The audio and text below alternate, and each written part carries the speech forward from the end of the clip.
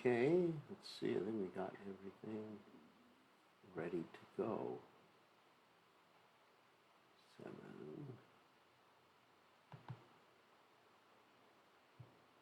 Except for my picture.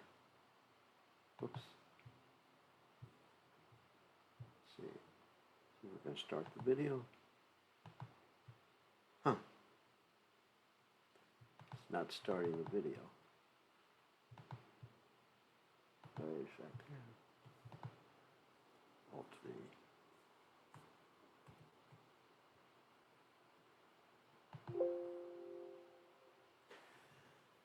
All right, let me reboot the camera.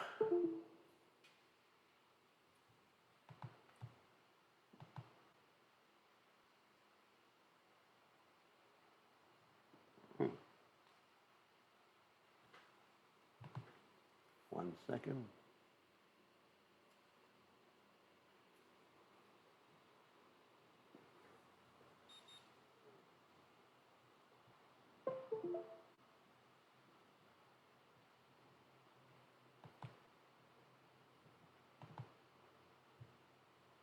Should work now. Not yet. Let's see something.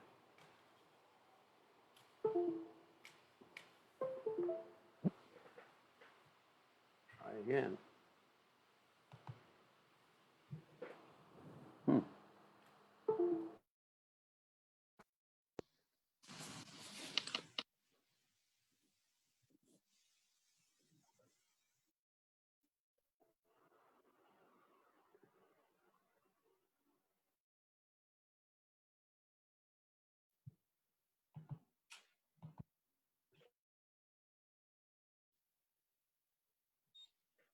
The video.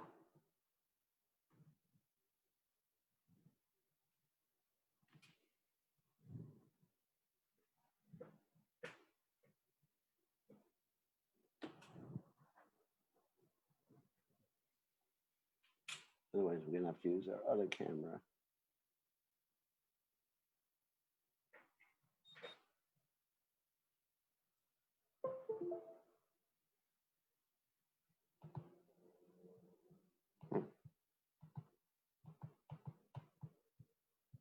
That is strange.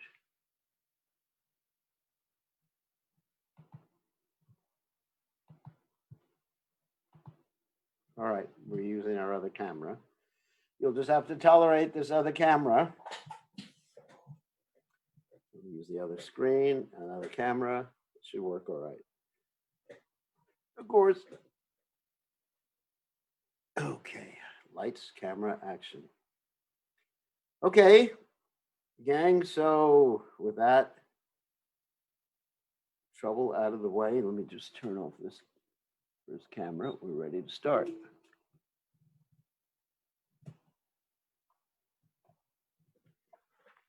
Okay, all right, let's chant Jai Radha Madhava. Jaya Radha Madhava Kunya Bihari Jaya Radha Madhava Kunya Bihari Gopi Jana Vallabha Giri Bharat Hati Gopi Jana Vallabha Giri Bharat Hati Yashodanandana Brajajana Ranjana Yashodanandana Brajajana Ranjana Yamuna Tira Vanachari Yamuna Tira Vanachari Jaya Radha Madhava Kunya Bihari Jaya Radha Madhava Kunya Bihari Gopi Jana Vallabha Giri Bharadhaure Gopi Jana Vallabha Giri Bharadhaure Sundana Rajajana Danjana Yasundana Rajajana Danjana Yamuna Tira Vanachari Yamuna Tira Vanachari Jaya Radha Madhava Kunya Bihari Jaya Radha Madhava Kunya Bihari Jaya Om Vishnupad Paramahansa Parabhidikacharya also Teta Sutashi Shimad His Divine Grace Abhaya Chanananda Bhaktivedanta Goswami Srila Prabhupada Ki Jai ISKCON founder Acharya Srila Prabhupada Ki Jai Anantakoti Vaishnava Vrinda Ki Jai Namacharya Srila Haridas Thakur Ki Jai Prem Se Kaho Shri Krishna Chaitanya Prabhu Nityananda Shidwaita Gadadha Shivasati Gaur Bhaktavinda Ki Jai Shri Shri Radha Krishna Gopi Gopinath Shayam Kun Radhakunda Giri Govardhan Ki Jai Vrindavanam Ki Jai Maturam Ki Jai Jagadasami Ki Jai Yamunamai Ki Jai Shrimati Vilasi Devi Ki Jai Samaveda Bhakta Vrinda Ki Jai Gaura Premananda Hari Hari. All glory is the assembled devotees, all glory is the assembled devotees, all glory is the assembled devotees, all glory is to Shri Guru and Gauranga Srila Prabhupada Ki Jai. Namam Vishnu Padaya Krishna Prastaya Budale Shrimati Bhaktivedanta Swami Namani Namaste Saraswati Devi Gauravani Pacharni Nivishesha Shunyavadi Paschat Stage. So Om Ganativinanda Shah Garanjana Shlakaya Chakshuran Meditam Yena Tasmai Shi Gurave Namaha. So I offer my respectful obeisances unto the lotus feet of my spiritual master, His Divine Grace, A.C. Bhaktivedanta Swami Srila Prabhupada, who so kindly opened my eyes with the torchlight of knowledge, while I was blinded in the darkness of ignorance. Joy. So before we go and read the Nectar of Devotion, we're going to chant this prayer written by Srinivasa Acharya. Nana Shastra Vichara Naika Nipano Loka Tribhuvane Manjo Sharanya Karo Radha Krishna Padaravinda Bhajana Montana Bhaktoliko Bande Rupa Sanatano Raghuyuko Sri Jiva Gopala Ko. I offer my respectful obeisances unto the six Goswamis, namely Sri Sanatan Goswami, Sri Rupa Goswami, Sri Raghunath Bhatta Goswami, Sri Raghunath Das Goswami, Sri Jiva Goswami, and Sri Gopal Bhatta Goswami, who are very expert in scrutinizingly studying all the revealed scriptures with the aim of establishing eternal religious principles for the benefit of all human beings.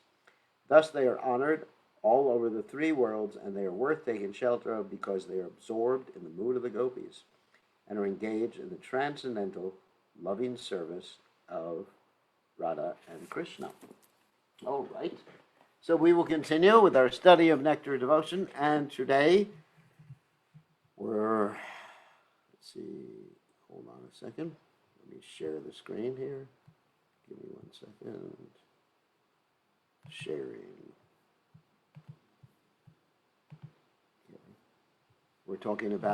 We're actually getting an introduction, in this portion of the Nectar Devotion to the next section. The next section, of course, is about the different rasas, or different tastes of different relationships. So this is a very brief introduction in this particular chapter. So we're going to continue reading Subordinate Ecstatic Love. The devotees who always think of Krishna as a superior are in subordinate ecstatic love. To such a devotee, the concept of inferiority to the Lord is very prominent, and he rarely takes interest in any other kind of transcendental loving humor with the Lord. So basically, we're talking about like mostly Shanta Ras here. Shanta Ras means to see Krishna as great and just worship Krishna, our Father who art in heaven, hallowed be thy name, thy kingdom come on earth as it is in heaven. In the Mukunda Mala Stotra compiled by King Kugalakshekara, one of the prayers says, "My dear Lord, you are the deliverer of living entities from the hellish condition of materialistic life. But that does not matter to me. Whether I am elevated to the heavenly platform or remain on this earthly planet, or am dispatched to some hellish planet, that does not matter at all to me. My only prayer is that at the time of my death, I may simply remember your two beautiful feet, which are just like lotus flowers, fructifying during the autumn season." So this, of course, is like pretty much mood of awe and reverence and treating Krishna as God. Now, here we're going to get introductions to the other rasas. That is, the other tastes of the other relationships. Relationship is rati. Rasa is the taste of a particular relationship. Devotees sometimes confuse the two. Rasa doesn't mean relationship, it means taste for relationship. So we first dealt with Shanta Ras, which generally just very much on reverence. Of course, there are Shanta Ras devotees in the spiritual world, but those devotees have a mixture of servitude and perhaps some of the other types of relationships, like sometimes it's described about the cows. They have some mixture. They may be primarily Shanta, but they have some mixture of Adasha and sometimes Sakya and sometimes Vatsalya, not Madhurya. Don't worry about that one. So as far as friendship is concerned, those higher grade devotees who are almost like Krishna are considered to be great authorities in the modes of friendly relations with the Supreme Personality of Godhead. On that friendly platform, there are different kinds of laughing and joking conversations.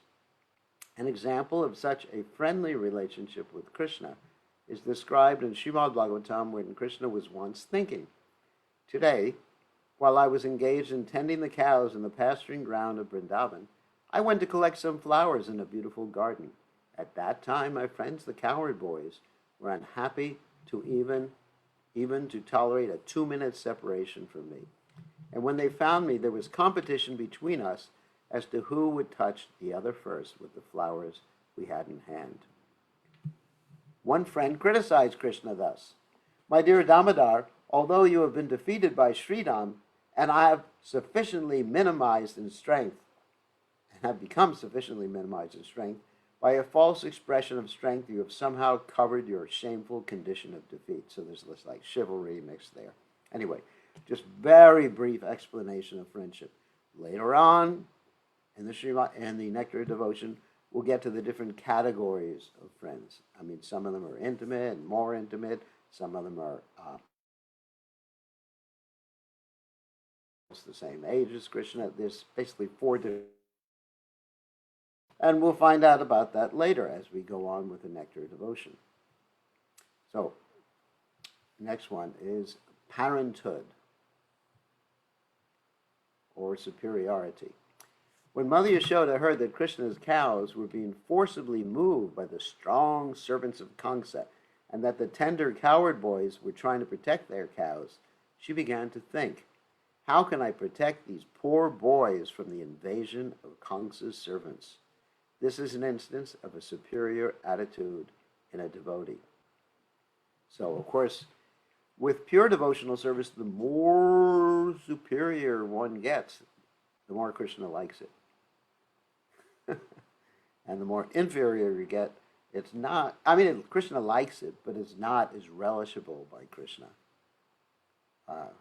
So we get to the point, after parenthood, of course, we get to the conjugal love, which definitely is not considering Krishna as superior. And basically the girlfriends of Krishna consider Krishna to be under their control. As soon as Mother Yashoda found her son Krishna returning from the pasturing ground, she immediately began to pat him, touching her fingers to the cheeks of the Lord. Very brief explanation of parental affection.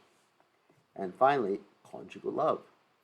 And above even the humor of Krishna and his parents is the relationship of conjugal love. The Lord and the young gopis exhibit this in different ways, glancing, moving the eyebrows, speaking very sweet words, and exchanging smiles.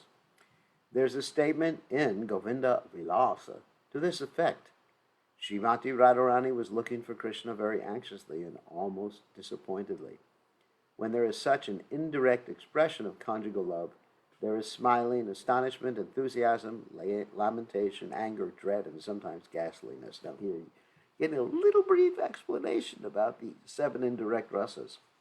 These 7 exchanges of conjugal love form another state of ecstatic love. So what Prabhupada is saying here, what is being described, is the 7 exchanges in relationship to the 7 indirect rasas.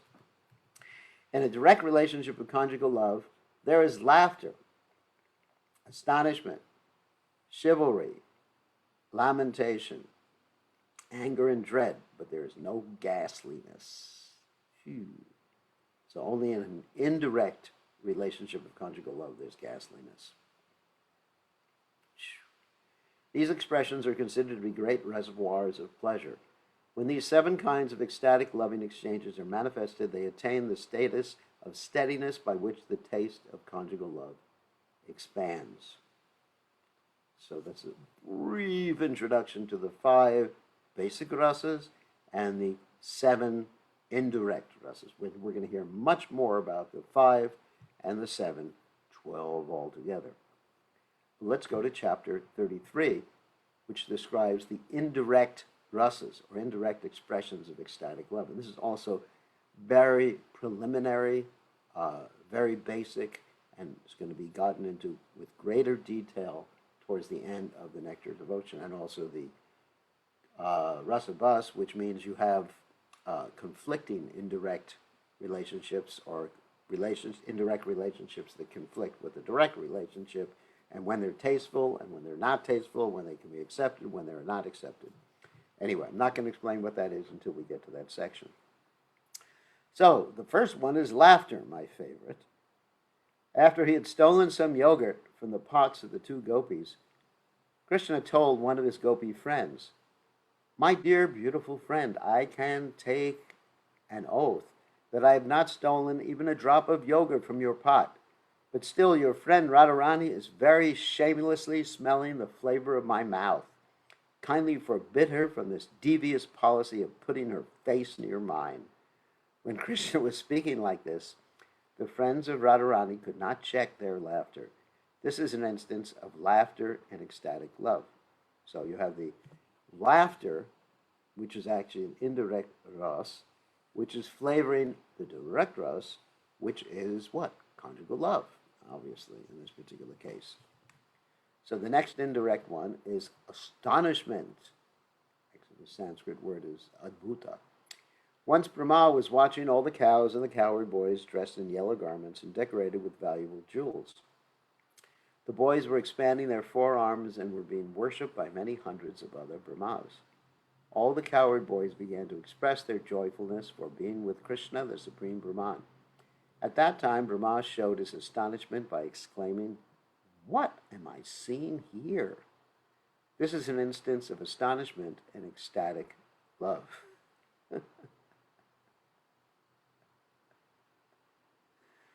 So, of course, Brahma, generally it's described, he has a relationship with like Shanta and Dasha.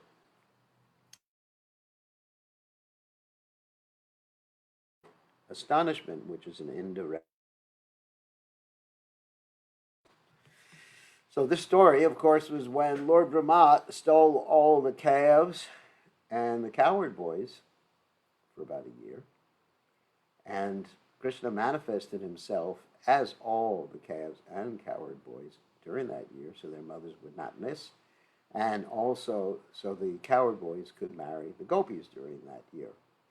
So when Brahma came back, he actually saw that all the cowherd boys and the cows, who were previously calves, were actually expansions of Krishna, and he saw them as having 4 arms, and many other Brahmas were worshipping them.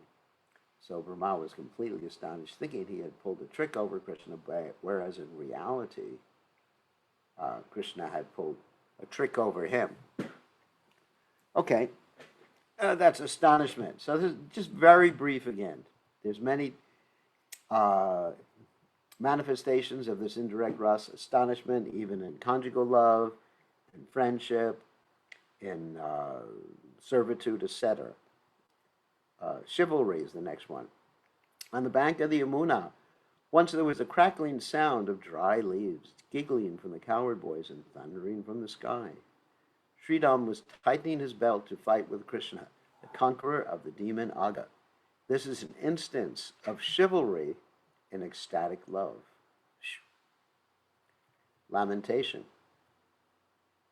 In the 10th canto, 7th chapter, verse 25 of Srimad Bhagavatam, there is a description of Krishna's being taken away by the whirlwind demon, Trinavarta. As Krishna was being thus carried up into the sky, all the gopis began to cry aloud. They approached Mother Yashoda, stating they could not find the son of Nanda. He had been taken away by a whirlwind. This is an instance of lamentation in ecstatic love. When Krishna was fighting with Kaliya, Mother Yashoda exclaimed, Krishna is now entrapped within the hoods of the Kaliya snake, and yet I am not tattered to pieces. So I must admit how wonderful is the preserving power of this material body. This is another instance of lamentation in ecstatic love. Anger. So remember, of course, she, Mother Yashoda, and the gopis are situated in the parental relationship. And so that parental relationship is being colored or flavored with this lamentation at this point. And also that's fear, same thing. Anger. When Jatila, the mother of Abhimanyu, saw Krishna wearing a necklace, she could understand the jeweled ornament had been given to him by Radharani. She therefore became absorbed in anger and began to move her eyebrows, expressing her anger in ecstatic love. So, Jatila, her relationship with Krishna, I guess it's not exactly, yeah, it's a type of service she renders to Krishna. Maybe a service, I'm just a guess, but she helps with conjugal love too. Anyway, it's mixed with anger. Ghastliness. There's a statement by Yamunacharya to this effect: since I have begun to enjoy these transcendental exchanges of love, which are always newer and newer, whenever I remember the pleasure of past sex life, my lips curl and I wish to spit on the idea. This is an instance of ecstatic love and ghastliness. Of course, that's also illustrated in the Bhagavad Gita, where you have this verse, Raso Varjam, Raso Pyasa, Param Drishtani Vartate. When one experiences Krishna consciousness, one has a higher taste. So this is what he is experiencing here. Let me just check the sound on this thing.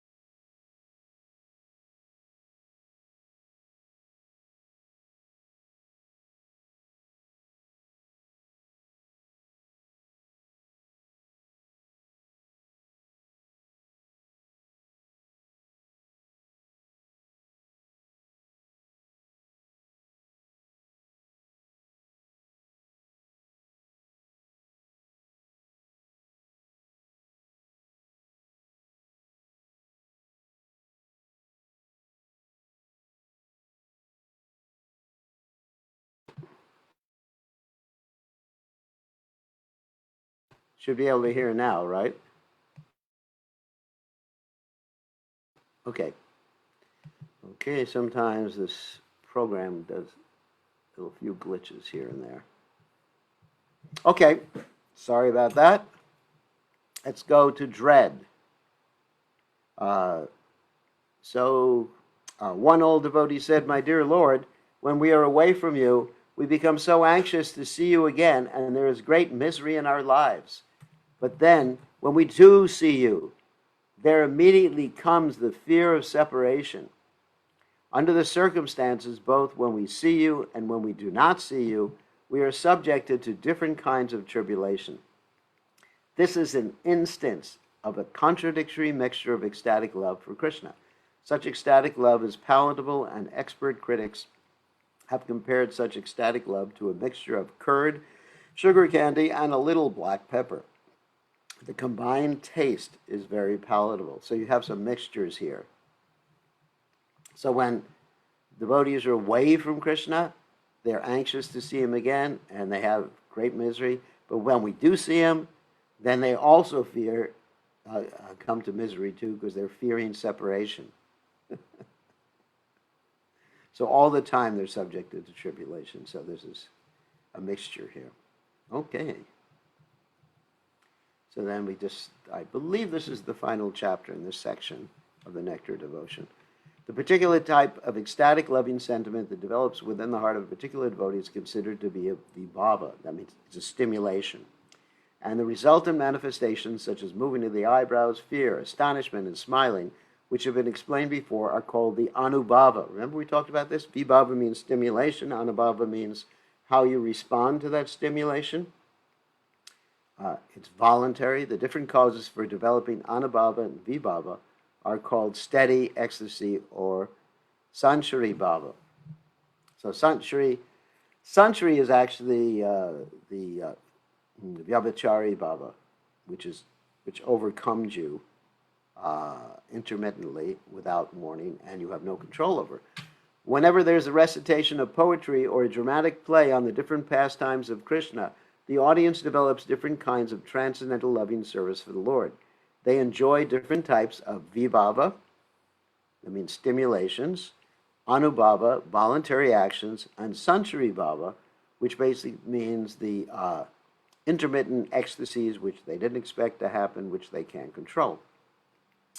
No one, while remaining on the material platform, should discuss these different descriptions of bhava and anubhava by quoting different statements of transcendental literatures. Such manifestations are displays of the transcendental pleasure potency of the Lord. One should simply try to understand that on the spiritual platform, there are many varieties of reciprocal love. Such loving exchanges should never be considered to be material. In the Mahabharata, Udyama Parva, it is warned that things which are inconceivable should not be subjected to arguments. Actually, the transactions of the spiritual world are inconceivable to us in our present state of life. Great liberated souls like Rupa Goswami and others have tried to give us some hints of transcendental activities of the spiritual world, but on the whole, these transactions will remain inconceivable to us at the present moment. Understanding the exchanges of transcendental loving service with Krishna is possible only when one is actually in touch with the pleasure potency of the Supreme Lord. In this connection, Sri Rupa Goswami gives an example of the clouds in the sky. The clouds in the sky arise from the ocean, and when the clouds become water again and fall to the ground, they glide back to the ocean. Thus, the pleasure potency of Krishna is compared to the ocean. The pure devotee is the pleasure-possessing cloud, and when he is filled with transcendental loving service, then he can bestow his mercy as a downpour of rain, and the pleasure potency returns to the ocean of Krishna. Really wonderful description there. All right. Direct and indirect attraction for Krishna. So basically it's going to be the same thing being described here that we just went over before. The 5 direct rasas and the 7 indirect rasas.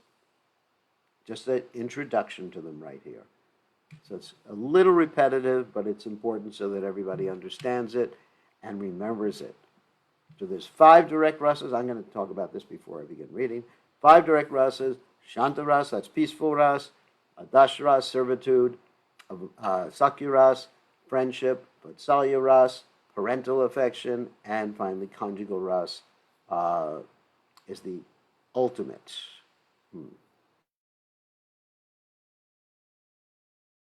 All right, let's read about direct and indirect.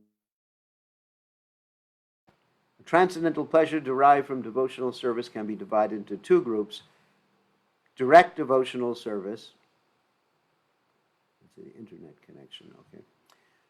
Direct devotional service and indirect devotional service. Direct devotional service is divided into 5 transcendental humors or flavors. That's rasas again. Humor means ras, not funny. And indirect devotional services is divided into 7 transcendental humors or rasas. In other words, 5 direct rasas, 7 indirect rasas. Direct devotional services are as follows: neutrality, that's shantaras; servitude, dasharas; fraternity, sakyaras; paternity, that means parental relationship, vatsalyaras; and conjugal love, maturyaras. Indirect devotional service is divided into laughter, compassion. Here's the 7 indirect rasas right here: laughter, compassion, anger, chivalry, dread, means fear, astonishment, and ghastliness. What does ghastliness mean? Something that's really horrible, like if you go to a butcher and see what the butcher is doing, that's ghastly. Or during a war, you see all the dead bodies, that's ghastly. So again, laughter, compassion, anger, chivalry, dread, astonishment, and ghastliness. Dread is actually fear, in case you didn't know that.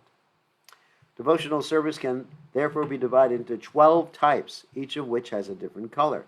The colors are white, multicolored, orange, red, light green, gray, yellow, off-whitish, smoky, pink, black, and cloudy.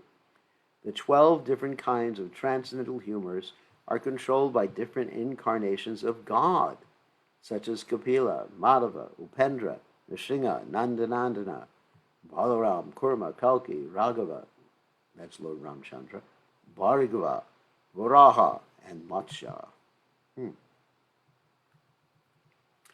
Sustenance, manifestation, expansion, reflection, and lamentation are the 5 visible symptoms in exchanges of ecstatic love.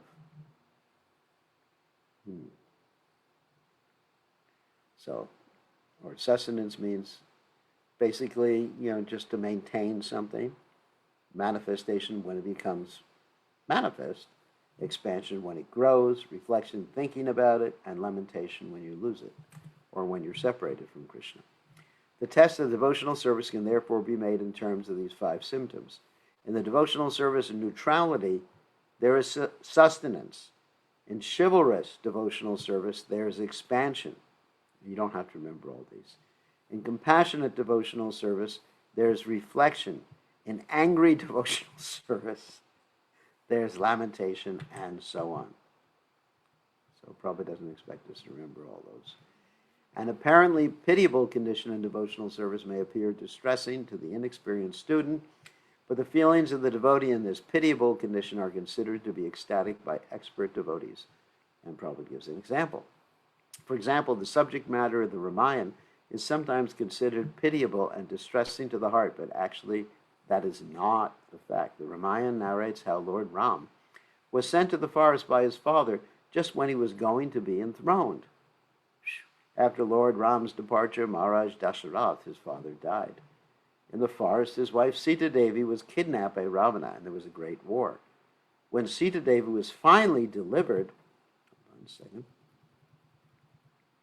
from the clutches of Ravana, Ravana's whole family and kingdom and Ravana himself were vanquished. When Sita Devi came home, she was tried by fire, and after some days she was again banished to the forest.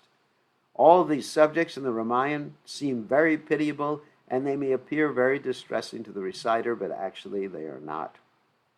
Otherwise, why would Hanuman, the great devotee of Lord Ramchandra, read daily about the activities of Lord Ramchandra as described in the Ramayana itself? The fact is that in any of the above-mentioned 12 transcendental humors of devotional service, everything is transcendentally pleasing. So let me explain a little bit how that's possible when you have this separation, misery, threats, and everything like that, how is it transcendently pleasing? Because when one is thinking of the Lord in any of those humors, one is connected with the Lord. One is there with the Lord. For example, let's talk about separation, lamentation here. In separation, one is thinking very deeply about the Lord. As they say, absence makes the heart grow fonder. But that thought of the Lord in separation connects, and the thought of the Lord when one's Lord, and the chanting of the Lord's holy names connects the devotee to the Lord. I don't know where we're getting all these messages. Your internet connection is unstable. So, and any service you do for the Lord connects the devotee to the Lord. Danger connects the devotee to the Lord. The Lord is there. Every time someone remembers Krishna, chants his names, does service to him, laments about being separated from him, one is with Krishna. There's actually no separation for such a devotee because emotionally he's connected to the Lord, and the Lord is connected in his remembrance or with his remembrance. So, and then one is ecstatic. Even when we find Lord Chaitanya Mahaprabhu stating in his Shikshashtaka prayer, Yugaitam Nimishena, Chakshusha Pravishaitam, Shunyaitam Jagat Sarvam, Govinda Vidahename. Oh, Krishna, feeling your separation, I'm considering a moment to be like actually more than 12 years or more, like a yuga cycle. That's a long time. Tears are flowing from my eyes like torrents of rain. I'm feeling that the whole world is void in your absence. So that may appear to be a very miserable statement, but it's a very ecstatic statement because one is feeling like that. One is connected with Krishna. You're never disconnected from Krishna. And the feelings of disconnection connect you more to Krishna. The feelings of separation connect you more to Krishna than practically the feelings of when you're actually face to face with Krishna. Hard to believe. In the material world, you are always separated from your beloved. Materially. I'm not talking about spiritual relationships here, so don't get angry with me. So in the material world, you may be holding hands with your brother, with your beloved, not brother, sorry, but sometimes brother, with your beloved. You may be holding hands and think, oh, I'm very close to my beloved. But you're not. Because you're so far apart, because your mentality, your thoughts, your desires are completely out of sync. That's a fact. Believe it or not, they are out of sync. You're on a different wavelength. It's like a radio. For example, you may turn your radio on and think, oh, it's a nice radio. But if it's not on the right channels, then it's useless.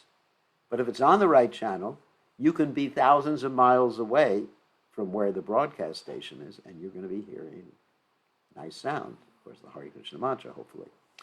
So this is the explanation. So, of course, the Ramayana, reading about the Ramayana, it's very, let's say, pitiable, very heartbreaking, and sometimes even I get upset when I read the Ramayana. How could Lord Ram do this? How could he send Sita Devi into the forest? How could he ask her to enter into the fire? I know he didn't actually ask Sita Devi to enter into the fire. It was Maya Sita. But still, it's very heart-wrenching, this story. Srila Rupa Goswami mourns in this connection for persons who are in the fire of false renunciation, the dry speculative habit, and who neglect devotional service. Persons who are attached to the ritualistic ceremonies recommended in the Vedas and the impersonal Brahman cannot relish the transcendental pleasure of devotional service. Srila Rupa Goswami advises, therefore, that devotees who have already tasted the nectar of devotion be very careful to protect devotional service from such dry speculators, formal ritualistic elevationists. Well, that's an expression. Formal ritualistic elevationists. Who want to elevate themselves by performing rituals. That's karma mimamsa. and impersonal salvationists. These are big words here. People just interested in saving themselves and then merging into some impersonal energy. Devotees should protect their valuable jewel of spiritual love from the clutches of thieves and burglars.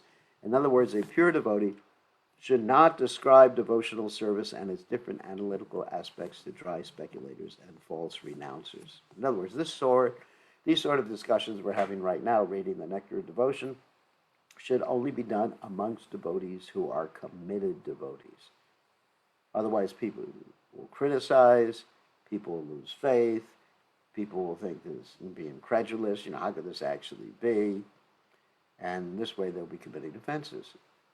And therefore we have this very interesting offense on chanting the holy names of the Lord to instruct the faithless about the glories of the holy name. Also, we can expand on that to instruct the faithless about the intimate aspects of devotional service. Those who are not devotees can never achieve the benefits of devotional service. For them, the subject of devotional service is always very difficult to understand. Only persons who have dedicated God can relish the real transcends the status of ecstatic love and thus becomes situated. Internet connection keeps getting these messages. Internet connection is unstable. When one transcends the status of ecstatic love and thus becomes situated on the highest platform of pure goodness, one is understood to have cleansed the heart of all material contamination. So let me unpack that. Woo. So when one transcends, why are we going to want to transcend the status of ecstatic love and become situated in the highest platform of pure goodness? One is understood to have cleansed the heart of all material contamination. I'll explain that. Because in the progressive path of devotional service, you have different stages. First stage, do shraddha. One has initial faith, initial trust. Tata sadhu sangota. One begins to associate with the devotees. And then bhajana kriya. One begins to execute some of the items of bhajan, which means chanting 16 rounds, following the 4 regulated principles, eating prasadam, attending the Mangalarati, different things like that. And then by doing that, you get rid of gradually of the unwanted things in your heart, like lust, anger, greed, illusion, envy, fear. Phew. And by trying to gradually get rid of those things, you become steady in devotional service. It's called nishta. And when you actually become steady, you can get a real steady taste. That's called ruchi. And when you have a real steady taste, then you become detached from everything in this material world and completely attached to Krishna. That's called the Shakti. And then after a Shakti, you come to the stage of ecstatic love, which is called bhava. So that's preliminary to pure love of God. Why is it preliminary? Because still you are not an absolutely pure devotee. Because still there's a tendency, or maybe not a tendency, but a possibility, even though you have no more anarthas, there's a possibility if you're inattentive of anartha coming. You haven't completely become selfless at that point. Even if one's on the stage of bhava, one is loving Krishna, but still you're enjoying that bhava. It's really ecstatic to be ecstatic.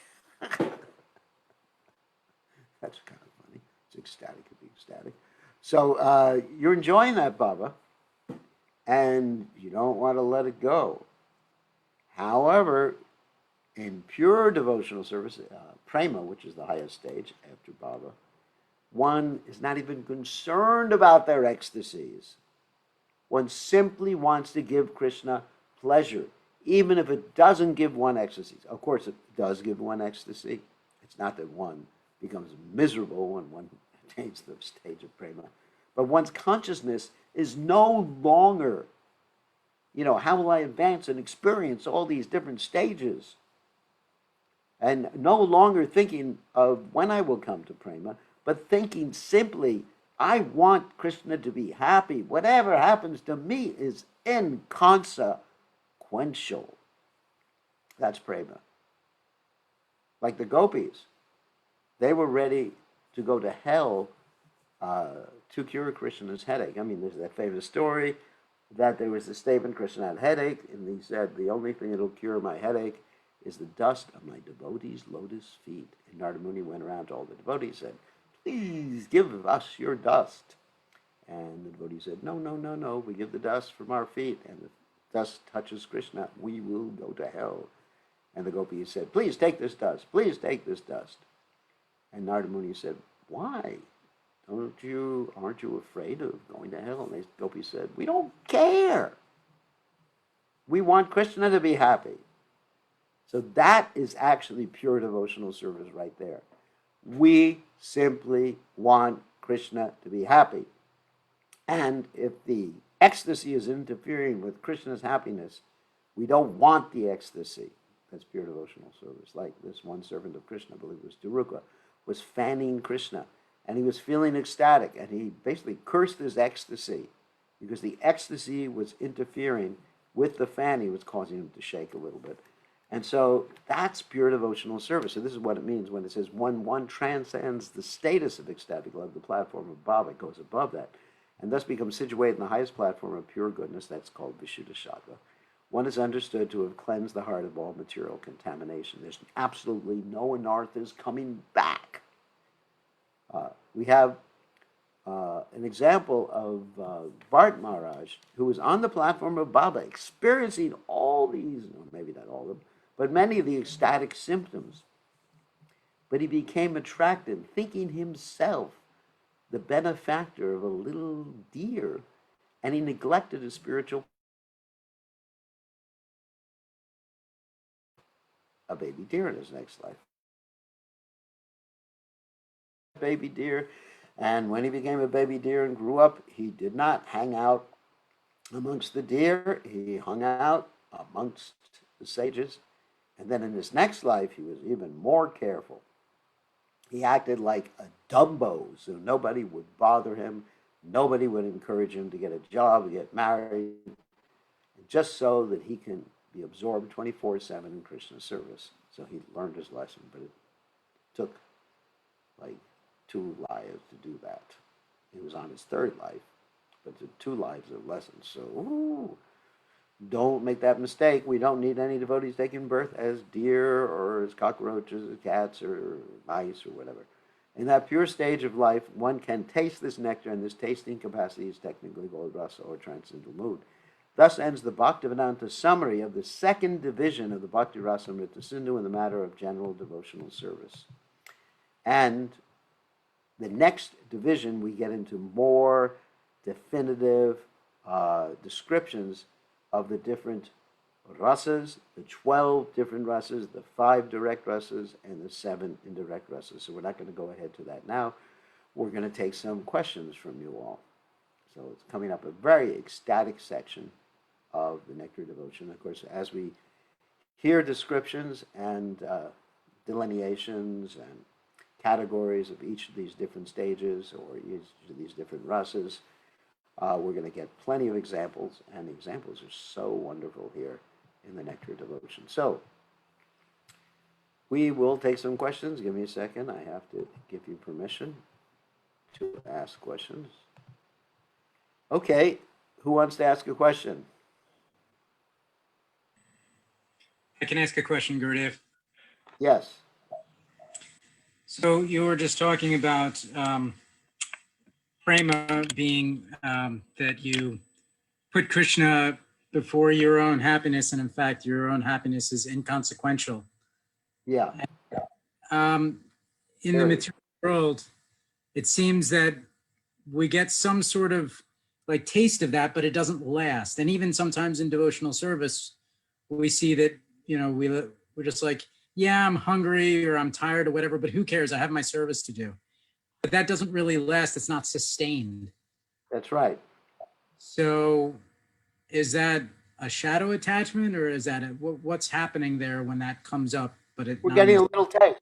I mean, Krishna's giving us a little taste of what pure devotional service is. But at the same time, we're not completely purified. So there's still some self-interest there. That's the point. There's still some self-interest before one reaches the stage of prema. There's still some self-interest.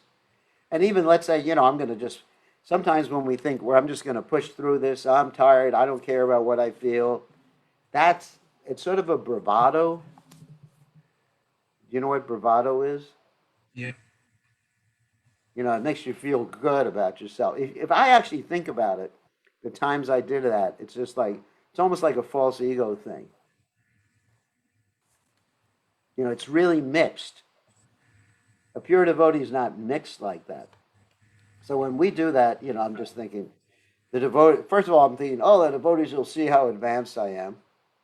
And then I'll, not only will they see how advanced I am, but I will see how advanced I am. That's even more important than them. I will see how advanced I am. I am a great hero. Is it like Karna and the bug that's biting him while Drona's head is on his lap, or Parshuram's head is on his lap? I don't know what Drona's consciousness was, but he was basically thinking it's my duty not to disturb my guru. As far as whether he was thinking, yeah, it's a Kshatriya. That's true. Actually, it's a good question. Because a Kshatriya is in the mode of passion, and there's pride there. So a Kshatriya out of pride can tolerate a lot of things, like biting the bullet. Like in the old days, in America, if someone got hit by a bullet and they had to remove the bullet, they'd put another bullet in his mouth. And guess what? He would tolerate it. But a Brahman, someone in the mode of goodness, is not going to be able to tolerate it because he doesn't have that pride. He's going to scream and yell. If a bug was going to bite me, I wouldn't just like grit my teeth. I would wake up my guru.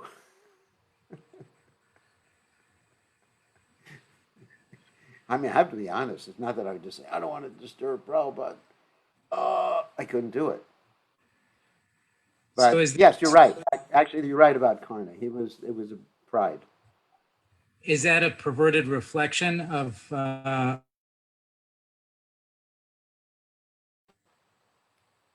what? The selflessness of prema? Yeah, I mean, it's all. Yeah, it's a perverted.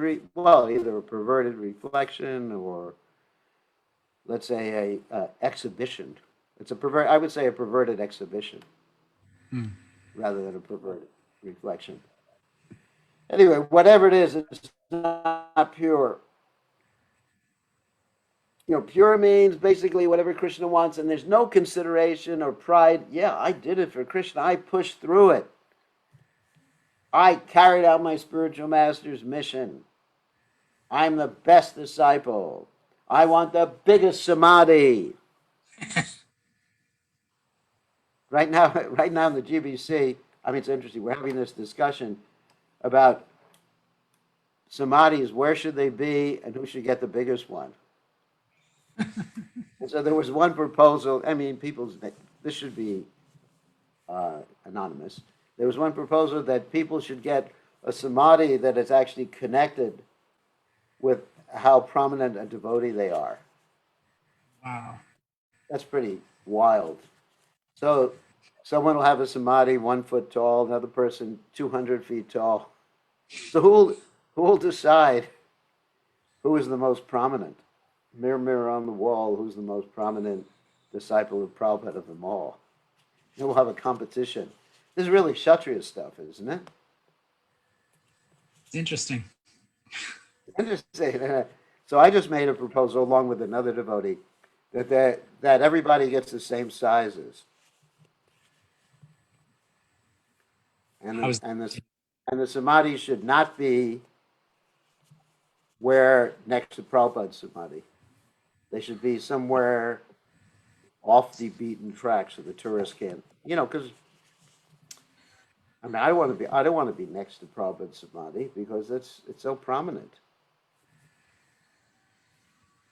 And then some people are talking about what type of worship should we have for our samadhis? Should people offer us boga 3 times a day or 2 times a day? 5? I mean, it's just, it gets a little funny. I mean, you can't let the guru starve after he passes away. I assure you, after I pass away, I'm not going to starve, no matter what you do with my samadhi. Wherever I go, there's going to be prasadam. So, and what type of worship? Should you have 12 artis a day for each guru? Or for all the gurus have one arti for all of them, just so everyone's equal? Or should we have a memorial wall? Or should we have an electronic samadhi? That's another discussion. Where you have an electronic samadhi is not you push a button and the ashes come out. That's not what I'm talking about. But electronic samadhi is like a kiosk. You want to find out about, particular devotee. So you push my name, you find out, well, he was a rascal. And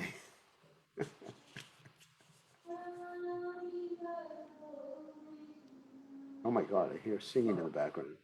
So anyway, maybe it's time for me to go into samadhi. But anyway, but in the mode of transcendental mode, of course, one is thinking about, the disciples that one leads, but there can't be a mode of passion thing, thinking of who's bigger in the samadhi. I mean, all I know is I just want an internet connection wherever I go in my samadhi. I mean, I don't care what side. You can, you could bury me underground and just without even a plaque, as long as there's a fiber optic cable. Between Jogaguru and myself, we'll take care of it. Or wireless or something. So, all right, yeah, Jagaguru keep paying my internet bill every month. Okay, so on that happy note, I think I went a little too far. Whoops.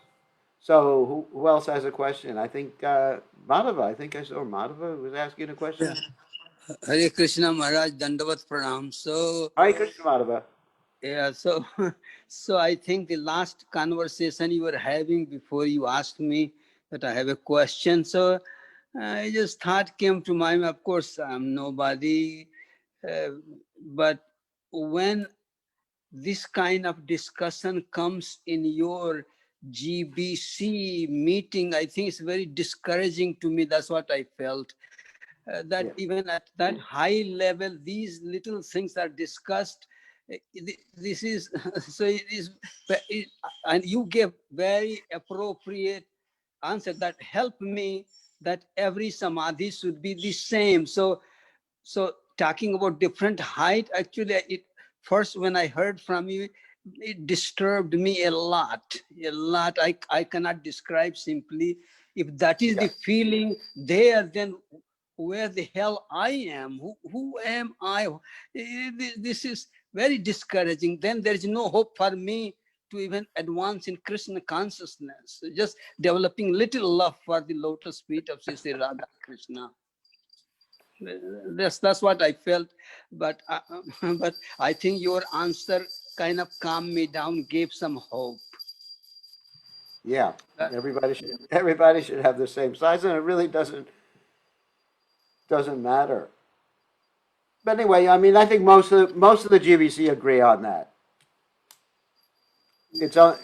I mean, just to give you hope that most of the GBC agree on that. I'm sure, and it's just sometimes the followers of the devotees want to do something bigger. So it's not really the gurus who are actually thinking like that. It's the followers. Just like if I as Prabhupada's follower would like to have a gigantic samadhi, and we do have a gigantic samadhi. But the other members of ISKCON should understand that everyone is Prabhupada's servant. And that's how it should be portrayed. Everyone of whatever generation is actually a servant of His Divine Grace Srila Prabhupada and should be equally treated. And of course, there can be different arrangements for memories. I mean, certainly that's very nice. There's no problem with that, and we should glorify devotees who have done ecstatic work for His Divine Grace, Srila Prabhupada. But all the devotees, we should be seen as a family, not that one devotee is more prominent than another devotee. Isn't it that's what Lord Ram, when a little ant was being kicked out by the advanced devotees, Hanuman, and he has to push them aside, that everyone in their capacity, they are doing their best, should be respected. One is more powerful, more influential, more resourceful, can do lot more, doesn't mean others are not respected. So, so many examples like that. Yeah, that's true. That was a spider who was trying to help Yes, a spider. build, Yeah, spider. build Yeah. the bridge to Lanka. And Yes. Ram said to Hanuman, he's doing as much service as you are doing. Yes. So that's really the important thing. So my feeling is that in ISKCON, Prabhupada should be glorified unlimitedly, and everyone else should be seen as his servant, his humble servant. And of course, for the individual disciples, I mean, they obviously have to have a mood of awe and reverence for their spiritual master, and they're free to do anything to memorialize, their spiritual master. But this shouldn't be something that overshadows Srila Prabhupada or overshadows any of the other God brothers or God sisters. Yes. Thank That's you, the- Maharaj. Thank you, Maharaj, so much. Yeah, so we're all one family. Oh, that's the point. And Prabhupada is everyone's Shiksha Guru and ultimately Father. We may have other Diksha Gurus, but Prabhupada is, that's it. That keeps our movement together. Okay. We have time for another question. I'm sure Praneshra, who's going to be getting married soon, has a question. Like, do this how to have equal mood, like not be familiar with devotees and I can't not hear be you. offensive. Speak more clearly. Like, one should not be offensive and one not be more familiar with devotees, and he, like, he have to maintain the relationship with all, and Yeah. and maintain devotional service. So how to be like, how to be, you know to present himself, so he must not be offensive. Just serve the devotees. We should consider ourselves servants of all the other devotees. Gopi Bharata Padakamala Dasa Dasana Dasa Dasa Dasa Dasana Dasa. Servants of a servant of a servant of the Lord who maintains the gopis. If you consider yourself master or an important devotee, then you're in trouble. If you consider yourself an aspiring devotee, a real devotee doesn't even consider himself a devotee, considers himself to be an aspiring devotee.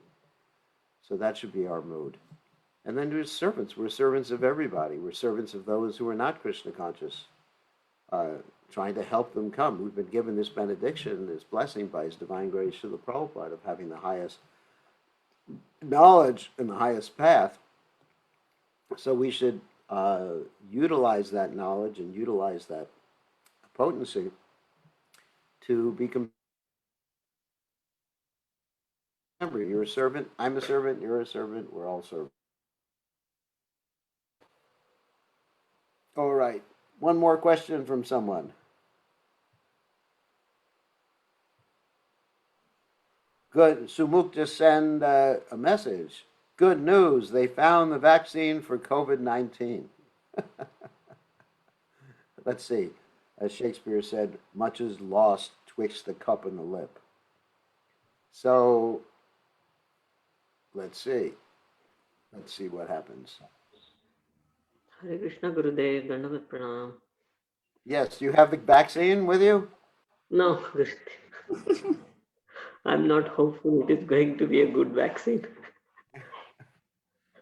Anyway, this material world is miserable. You have the vaccine against one disease, another disease will come.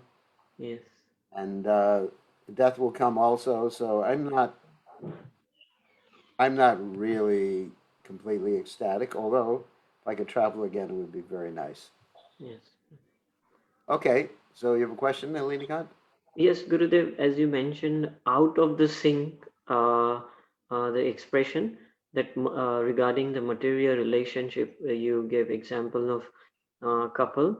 How about mother and a daughter, mother and a son, who are devotees, and those other mother and daughter, or other mother and son who are aspiring devotees? So is there both types are still out of the sync? What is the question? You mentioned about the material relationships, like Yeah. if, yeah. Yeah, if So you have a these are, mother and son, yeah, so these material relationships are like out of the sync. out of sync, yeah. Yes. Because each person in a material relationship has a different has different desires and different intentions, although it's not really apparent. Just like, I mean, the example sometimes I give of someone who takes care of a dog. Yes. So the dog is licking the master, Yes. and the master is thinking that this dog loves me. The dog is kissing me. Yes. Oh, And, but the dog is actually, well, the dog is thinking. The dog is actually just thinking, this tastes good. yeah. I mean, I'll give you an example. Just yesterday, I went and saw some cows, some devotee cows. Yeah. They had tilak on. So I went to see some cows yesterday. And I walked out to one of the cows and put my hand, the cow was licking my hand. I thought, oh, the cow loves me. But really, with intelligence, I knew that the cow didn't. I mean, the cow may love me, but the licking was not a symptom of love. It just happened to like the salt on top of my hand. Mm. So it's something like that in material relationships. There's definitely not a meeting of minds. I mean, it may appear to be a very heavy statement, Yes. but in spiritual relationships, yes, you can have husbands and wives and friends have a meeting of mind when it's based on Krishna. I think it was Shakespeare who said that things fall apart where the center will not hold.